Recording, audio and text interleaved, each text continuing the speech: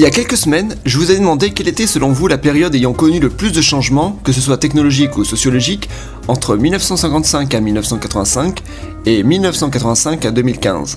Pour la première période, 55 à 85, vous avez été un tiers à la choisir. Pour la seconde période, 85 à 2015, vous avez été les 2 tiers restants à la choisir. Le but de cette vidéo va être d'essayer d'expliquer pourquoi vous avez choisi chacune des périodes.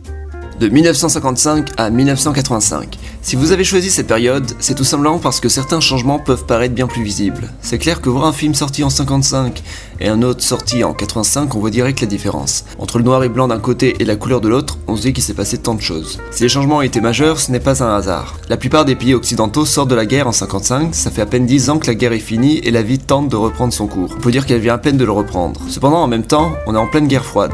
États-Unis et URSS s'affrontent et doivent démontrer qui sont les plus avancés d'un point de vue technologique. C'est pas pour rien que la course à l'espace est faite dans cette période. Entre Spoutnik, l'homme dans l'espace, la sonde sur Mars et l'homme sur la Lune, ça en fait des révolutions. Puis en même temps, on passe d'une société peu axée sur la consommation à une société de surconsommation. Surconsommation extrême où toute la population doit consommer.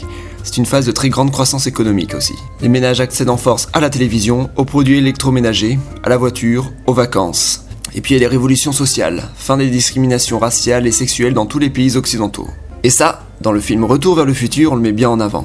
Les jeunes de 55, super sapés, semblent très coincés face aux jeunes des années 80. Le fait d'avoir une seule télé est considéré comme un luxe à l'époque, contrairement à 1985 où c'est d'une normalité évidente. Puis un noir qui rêve d'être maire aux États-Unis, c'est totalement inimaginable dans un pays où il existe encore la ségrégation. Bref, Retour vers le futur se moque des différences qui peuvent exister entre 55 et 85, qu'elles soient technologiques ou sociologiques. De 1985 à 2015. Contrairement à la précédente, cette période est une phase de crise. La guerre froide se termine, il n'y a donc plus de concurrence militaire et donc technologique, les taux d'équipement stagnent. Cependant, malgré ces aspects, beaucoup, si ce n'est le double, ont répondu 1985-2015, donc selon eux, il y a eu plus de changements durant cette période. Et bien cela peut s'expliquer par une raison évidente. C'est que les gens ayant répondu sont tout simplement nés durant cette période et n'ont donc pas vécu la précédente. Leur avis est ainsi biaisé. Et il faut dire une chose, vis-à-vis du passé, on a tendance à voir certains défauts plus que d'autres et certaines choses comme des acquis. Le fait de savoir que le téléphone portable et internet n'existaient pas en 1985 laisse à penser que cette époque était radicalement différente,